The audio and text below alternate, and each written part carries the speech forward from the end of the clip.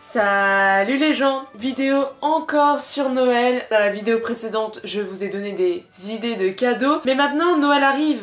Qu'est-ce qu'on fait? Est-ce qu'on va prendre un sapin synthétique ou naturel? Est-ce que je vais manger du foie gras ou non? Comment je vais emballer mes cadeaux? Tout ça, ça sera dans cette vidéo. Je vais vous montrer dans cette vidéo comment fêter Noël de manière plus responsable et de manière plus écologique. Pas le temps à perdre. Pas le temps pour les longues intros, abonnez-vous, likez la vidéo, et c'est parti pour les différents tips. Alors le premier tips va forcément toucher au sapin de Noël, le traditionnel sapin de Noël. Je vais vous avouer, chez moi, on ne fait plus de sapin de Noël. What? Je vais pas vous dire de ne pas en faire, c'est juste que en fait je suis jamais à la maison vu que je fais mes études en Belgique et que à la maison il y a juste ma mère et mon beau-père. Ils ne font du coup pas de sapin de Noël.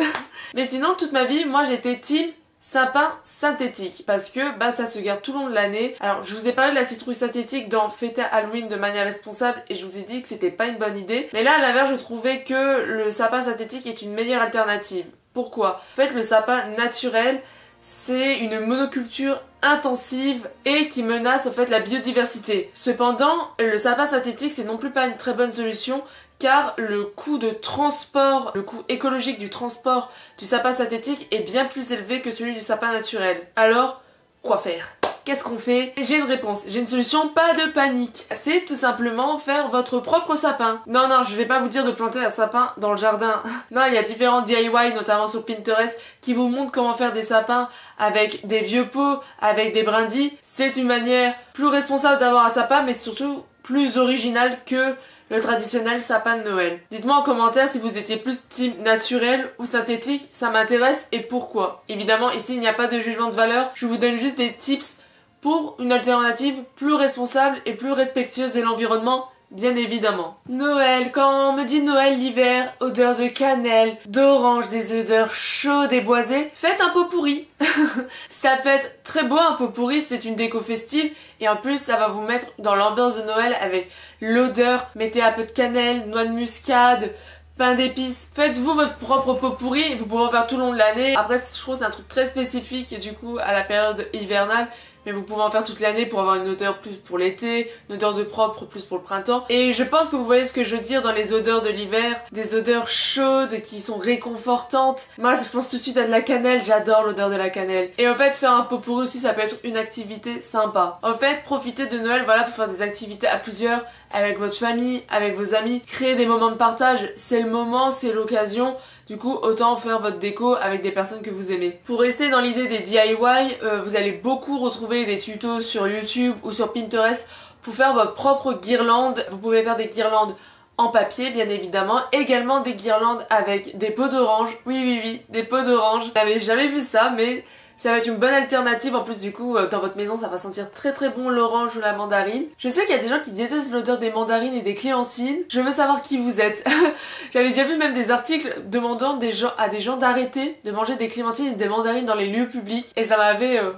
Waouh, je pensais pas qu'il y avait des gens qui détestaient autant cette odeur. Je m'éloigne du sujet. Voilà, il y a plein de DIY à faire pour les décos. Là je vous ai parlé de guirlandes, mais je suis sûre qu'il y a plein d'autres choses à faire. Des cartes de vœux, des boules de Noël. Évidemment de la déco de Noël plus type boule de Noël, petit Père Noël en petite statue, la crèche. Vous pouvez évidemment les acheter de seconde main, Le Bon Coin par exemple, les brocantes bien évidemment. Les décos de Noël c'est bien en plus de changer de temps en temps si on va être plus dans tel mood original ou un monde traditionnel. Et l'avantage de la seconde main c'est que on peut s'amuser et peut-être même avoir une déco typique vintage à Noël comme dans les années 70, comme dans les années 50, c'est à vous de voir. Et en plus la seconde main c'est nettement moins cher. Évidemment pour les cadeaux, je vous renvoie à mes vidéos cadeaux éthiques et responsables. Vous allez vous inspirer de cette vidéo pour vos cadeaux cette année.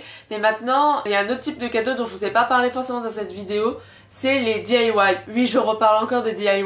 Mais voilà, si vous avez un peu la main, vous pouvez faire votre propre cadeau. En plus, il y aura une valeur plus symbolique parce que ça viendra vraiment du cœur. Vous avez fait l'effort de faire le cadeau et non pas juste de l'acheter. Sentimentalement, c'est même encore plus beau. Je vous donne un avis perso qui est le mien. Mais honnêtement, je préfère qu'on m'offre quelque chose, un DIY mais qui vient du cœur un peu raté, que des coffrets déjà tout prêts de grandes enseignes, je trouve. Parce que Peut-être il y en a un qui me sera peut-être un chouïa plus utile que l'autre, mais l'autre il a été fait avec le cœur et la personne a voulu bien faire. Alors que l'autre, il y a une sensation de je n'ai pas trouvé de cadeau plus personnel, je t'offre ça à la dernière minute. Vous voyez ce que je veux dire? Pour les emballages de vos cadeaux, c'est vrai que je n'avais pas parlé dans ma vidéo précédente. C'est vrai que beaucoup d'enseignes emballent déjà dans des coffrets, ce genre de choses, déjà leurs cadeaux. Cependant, si ce n'est pas le cas, comment emballer notre cadeau? Au lieu d'acheter du papier cadeau que on ouvre, on jette tout de suite après, faut savoir que c'est des matériaux très polluants, c'est pas en papier recyclé ou quoi que ce soit, et la pression elle est plastifiée, c'est très dur à recycler le papier cadeau. Vraiment, les papiers cadeaux traditionnels, c'est à éviter. Quoi faire? Il y a le craft, qui est quand même une bonne alternative. Si vous voulez être dans la récup, tout ce qui est journaux et vieux magazines, ça donne un côté, un petit charme en plus aux vêtements. Et après, il y a tout ce qui est emballage réutilisable. Par exemple, les grandes chaussettes à l'anglaise, qui donnent du coup un côté très traditionnel à votre cadeau. Un petit côté film américain de Noël, où Jessie rentre de New York dans son petit village natal et qui se reconnecte avec l'esprit de Noël et qui va revoir son petit ami d'enfance, blablabla. Vous voyez le genre de film? Vous voyez du coup les chaussettes de Noël dont je parle. Aussi, dans un joli tote bag, il y en a vraiment des très très beaux avec du coton recyclé ou avec du coton bio. Et en plus de ça, un tote bag, ça sera forcément utile à la personne à qui vous offrez le cadeau. Et il y a aussi les Furo, désolé si je le prononce mal, Furo Shiki, qui est une technique traditionnelle pour emballer les cadeaux qui en fait est dans du tissu qui ressemble un peu à des carrés de satin. C'est très joli, la personne pourra même réutiliser ce tissu pour d'autres cadeaux et je trouve que ça rend... c'est très joli, c'est écolo et vous pouvez en plus expliquer que ça vient de la culture japonaise, un peu étaler votre science parce qu'on en apprend tous les jours. On a parlé de la déco de Noël, on a parlé des cadeaux, des emballages, du sapin. Qu'est-ce que je pourrais parler encore? Mais oui, les repas de Noël. Je sais pas ce que j'ai essayé de faire, catastrophe. Évidemment, les repas de Noël. J'adore manger. Il faut que je vous fasse des vidéos de nourriture parce que je suis quelqu'un qui adore manger. Et je pense que dans mes vlogs à Prague, vous avez vu à quel point j'aimais manger. Et honnêtement, à Noël, du coup, on se remplit bien la panse.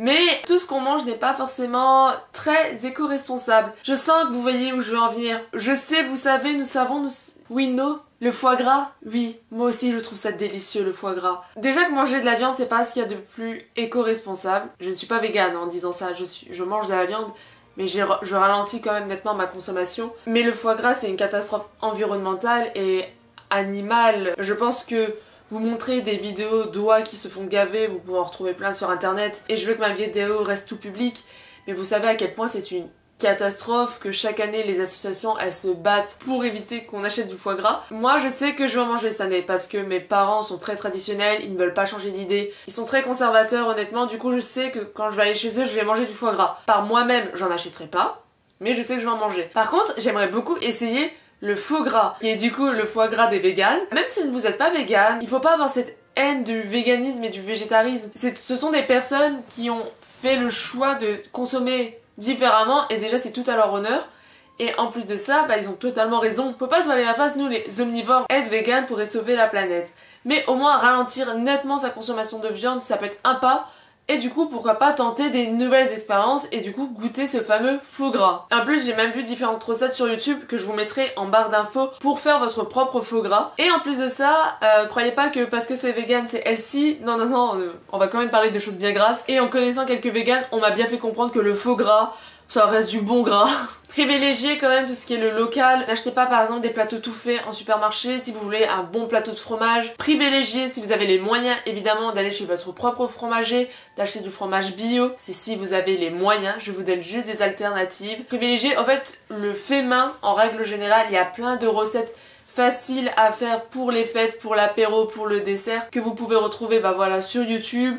Et également sur Pinterest. J'adore Pinterest, c'est vraiment une source d'inspiration. Et surtout, manger de saison. De 1, manger de saison, ça revient nettement moins cher. De 2, c'est beaucoup plus écolo de manger de saison. De 3, il y a des meilleurs nutriments dans vos aliments quand vous les achetez de saison que hors saison. Par exemple, je ne sais pas pourquoi, à chaque Noël, mes parents achètent des fruits de la passion. Les fruits de la passion, ce n'est pas de saison. On a plein de fruits de saison, super bons en hiver, qu'on n'y pense pas forcément. Après, c'est vrai que c'est plus une période de légumes, mais on a des bons fruits. Il y a moyen d'acheter du coup de saison. Et c'est tout pour cette vidéo, je pense qu'elle est un peu courte. Je vous ai fait voilà une liste non exhaustive de différents tips et astuces. Et puis maintenant à vous de jouer. J'essaye voilà, je ne veux pas vous faire culpabiliser. Noël ça doit être quand même un moment de détente et de convivialité. Mais on pense à la planète toute l'année. Ce n'est pas le moment de se relâcher. Et je pense qu'on peut fêter un Noël agréable, convivial en faisant attention à notre consommation. J'espère que cette vidéo vous a plu. Si ce n'est pas le cas, qu'est-ce que vous faites encore là? Je vous dis à la prochaine. Salut les gens et joyeux Noël!